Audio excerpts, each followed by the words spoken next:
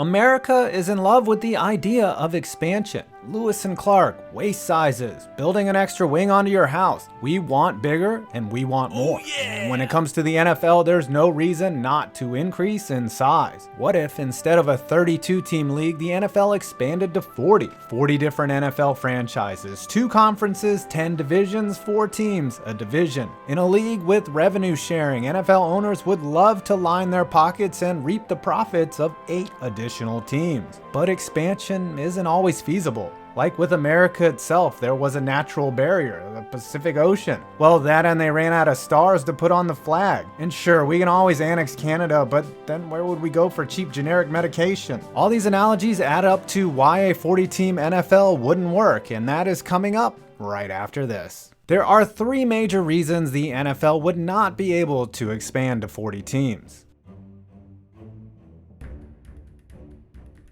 Think about how many good quarterbacks there are in the NFL. 20? Maybe 20, and Joe Flacco isn't one of them. At best, 2/3 of the teams at any given time have a quarterback situation they're somewhat comfortable with. Throw in 8 more teams and you've got a serious problem. Now extrapolate that across every position. When you get down to it and do the math, this is how it comes out.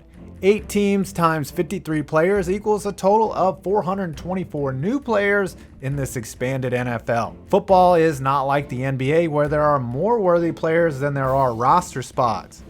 When you look at teams and see players like Luke Falk, Garrett Bowles, and Laquan Treadwell, you want to start arguing for fewer teams rather than more. In a 40-team NFL, the draft goes an extra 56 picks, making it harder to hit on talent, even in the early rounds. The rate of skilled college players is not equal to the rate of expansion, and teams would be filling their rosters with players that would otherwise be in the CFL, XFL, or working at the mall. Pro football is meant for the best of the best, not the of the meh. It's not a situation where if everyone adds a few bad players, it all comes out in the wash because you won't be able to tell when there's equal competition. But take my word for it, in football, you can spot a bad player from a mile away. If a quarterback can't hit a 15-yard out, it doesn't make a difference if the guy who's covering his receiver is the 300th overall pick out of Northern Arizona. And say he does hit it, his receiver, the 301st pick out of Southern Arizona, is probably going to drop it. And say they do connect. It's called back because the 302nd pick out of Western Arizona just held the 303rd pick out of Eastern Arizona. Are these even accredited universities? No, but it proves my point. An extra 8 teams dilutes the overall talent pool and makes the NFL a sloppier, less watchable product, which may outweigh the money made through expansion. What's the point of adding 8 teams if you're not going to give them a chance to make the playoffs with the same chance you're currently giving the original 32 teams? The only answer? More playoffs. Don't talk about playoffs. With the number of teams increased by 25%, it makes logical sense to expand the playoffs, most likely with 1 more team from each conference, if you're going by the current playoff rate of 38% of teams making the tournament. So how does that work? On each side, you have 7 teams that make the playoffs. In this new NFL, there are 5 divisions per conference, so 5 division champs. Let's say the top 3 division champs get a first round bye and there are still 2 wildcard games. Just based on the math, it wouldn't work, not in any way that would promote competitive balance at least. So the only way it would possibly work would be to have a play-in game between the 6 and 7 seed, much like the wildcard game in the MLB. Wildcard, bitches! Yeah!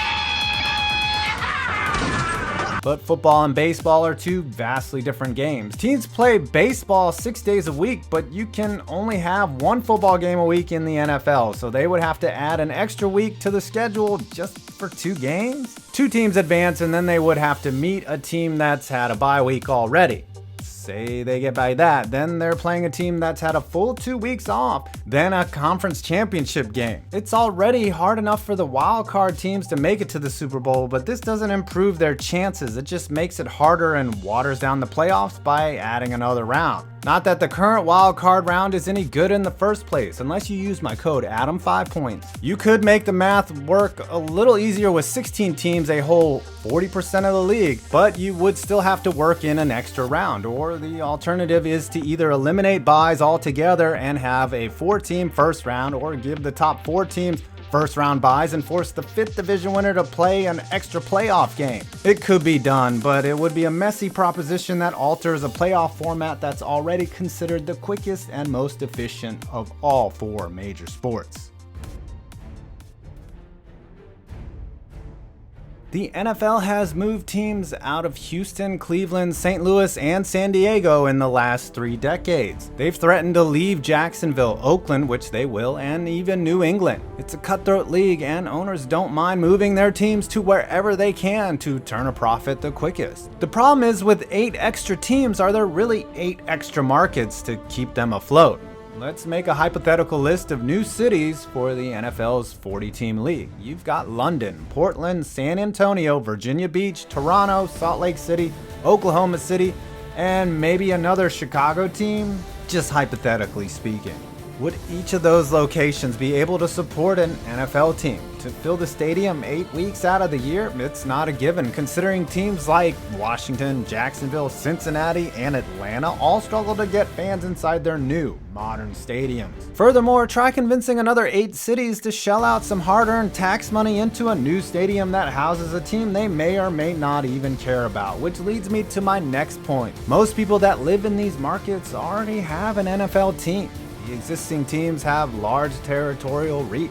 People in San Antonio root for the Cowboys, Virginia Beach roots for the Redskins, Toronto roots for the Bills, Salt Lake City roots for the Broncos, Oklahoma City roots for the Cowboys, and Chicago roots for the Bears and their pacemakers to keep working. The point is that football already reaches every nook and cranny of the United States. But what about London or any other European city for that matter? Is it a legitimate possibility? These are the things that have to be considered. London is roughly an 11-hour flight from the West Coast and 6 hours from the East Coast. Right now, the longest possible trip in the NFL is Baltimore to Los Angeles. Whichever team plays in Europe has an immediate huge home field advantage and an automatic disadvantage on the road as well. The London series works as currently constructed because both teams have to travel, deal with jet lag, and get over the shock of a country without competent dental care. Each team also goes on by the week after returning from England in order to allow them to adjust to their old time zone. Until we invent some type of bullet train that passes underneath the Atlantic, and rest assured we will in the near future, it's too much of a strain on teams to have to make a regular transatlantic flight in the middle of a grueling 16-game schedule. So as much as we want to push real football on the British like they've pushed Britishness on the rest of the world, it's likely that the best scenario is to keep playing a handful of games there a season between a rotating cast of teams. It may be a nice pipe dream for the NFL to tack on an extra 4 games a week and keep shoveling money into their pockets, but it really only is a pipe dream.